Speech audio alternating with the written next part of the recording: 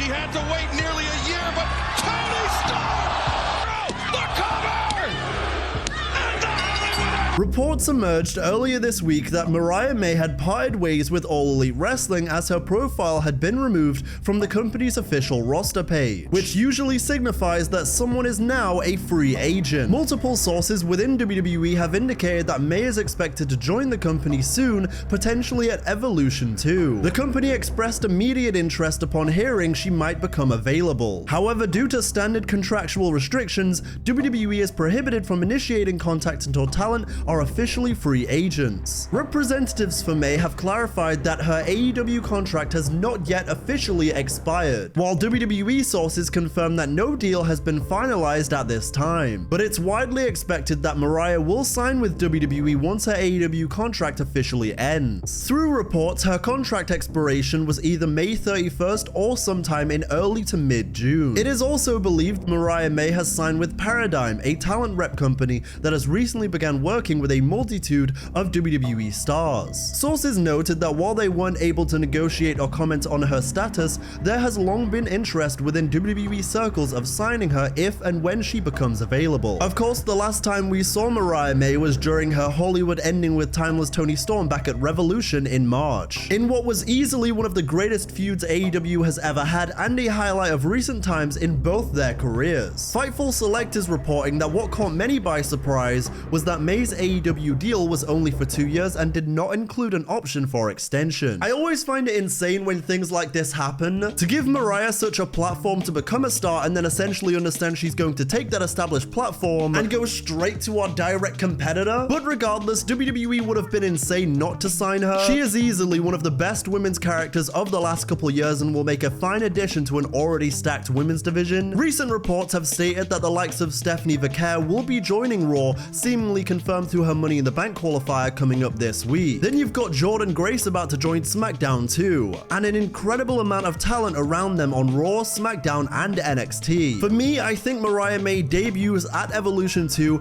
and wins another historic women's battle royal like they did last time. You establish her as a star and someone to take notice of immediately. But then she goes to NXT because after the recent call-ups, NXT has some space. I don't think she needs NXT personally, but a short run similar to Grace and Vaquer could be beneficial to further establish her to the WWE audience. She would make a perfect addition to the main roster as the character she is now, but I'm aware not everybody watches AEW. She is only 26 years old, so she has a ton of time to work with here. Wrestling fans were also speculating and joking about the idea of her name becoming Mariah March, because you know how WWE can be with these name changes sometimes. For example, Ricky Starks is now Ricky Saints, but that's a name change that has grown on me quite a lot. This image circulated the timeline having Mariah May debuting on Evolve, and again, I'd say she's far too established. Plus, I don't need her rubbing shoulders with Nikita Lyons and Wendy Chu. But for those who may not be familiar with Mariah May's game, after gaining notoriety outside of the major promotions as a Stardom star, she made her AEW debut on the November 8th, 2023 episode of Dynamite. Well, I've wrestled all over the world. I just came from Stardom in Japan.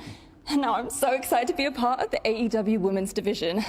I mean, she's the reason I'm here. I went to Japan because Toni went to Japan, and now Toni's in AEW, so I'm in AEW.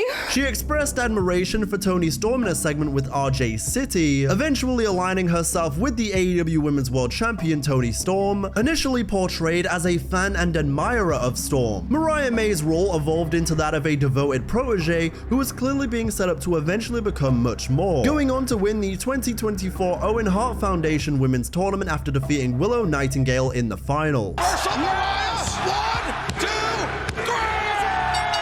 So ashamed of it, but oh my God! What the hell? She hit her in the head with the damn belt! Following her tournament win, May turned on Storm, attacking her and Storm's butler Luther, thus re-establishing herself as a heel and dubbing herself the Glamour Mariah May. At All In on August 25th, 2024 at Wembley, May defeated Storm in her home country to win the AEW Women's World Championship for the first time. On the forehead. Storm, the ignominy. No. 1, 2. As AEW Women's World Champion, May successfully defended her title against the likes of Nyla Rose and Anna Jay. In November 2024, she reunited with Mina Shirakawa, only to betray her during a title celebration at Full Gear.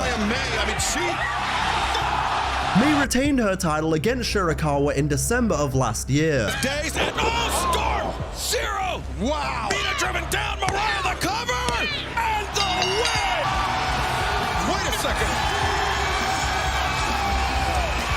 It's Toni Storm. In February 2025 at Grand Slam Australia, May lost the AEW Women's World Championship to Toni Storm, ending her reign at 174 days. Nope. Inside for the 1, 2, 3, we got a new champion! At AEW's Revolution on March 9th this year, May failed to defeat Storm in a rematch for the title in the aforementioned Hollywood-ending Falls Count Anywhere match, marking the end of their feud and what would be May's final match in AEW. And all of that brings us to today. And let me know your wrestling hot takes down in the comments below. It can be current day or it can be in history, and you'll have a chance of being in the next episode. Mariah May is taking a big risk here. The WWE Women's roster is more stacked than ever. It would be a shame to see her get lost in the shuffle and become just another name that jumped from AEW to WWE. Also, love the show, bro. Can I get a Triple H big effing deal? You want me to do what you say? Big f***ing deal. But one thing I will say about Mariah May going into that stacked WWE Women's division is that I absolutely think she is a talented enough wrestler and character to hold her own and stand out as the glamour. Although if she does get lost in the shuffle, this Toni Storm clip is going to age very well. You do not deserve the dignity of death. I sentence you to a lifetime of mediocrity.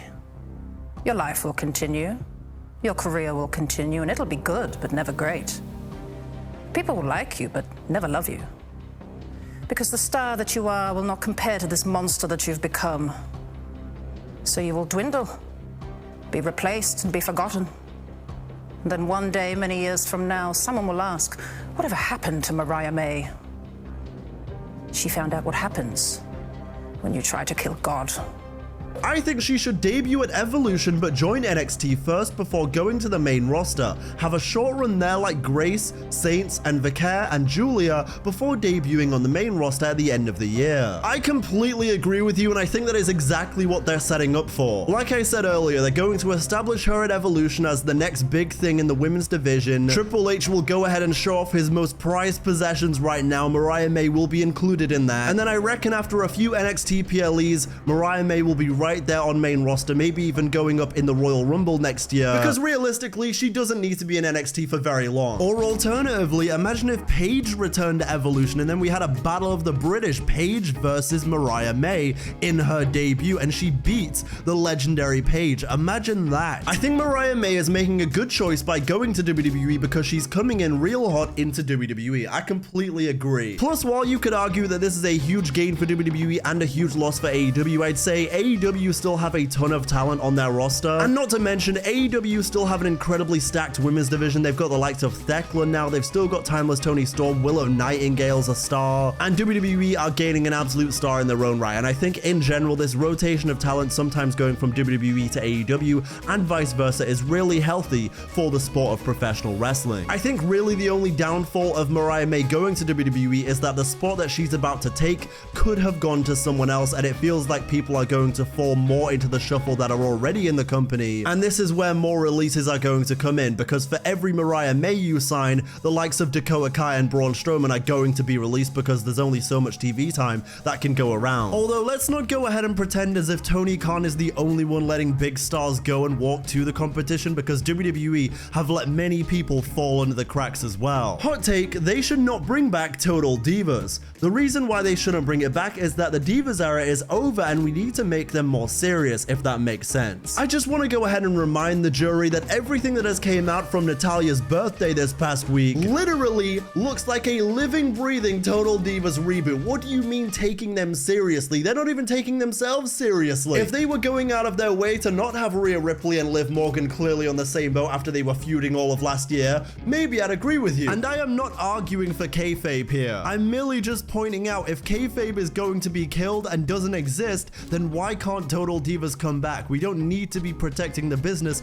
as much as we used to. We're all very aware of what's going on this TV show, so I don't think it devalues the movement and the evolution to have Total Divas come back, because at the end of the day, it's reality TV. Not to mention, they'll be launching the WWE Unseen series, where you'll be not only in Gorilla seeing them make decisions, but also in the producers' meetings, so I don't really think that much needs to be protected anymore, because they're not trying to protect it themselves. And if it's the Divas tag that really bothers you, then let's just call it Total Superstars. It doesn't need to be the same name, I just want the same concept.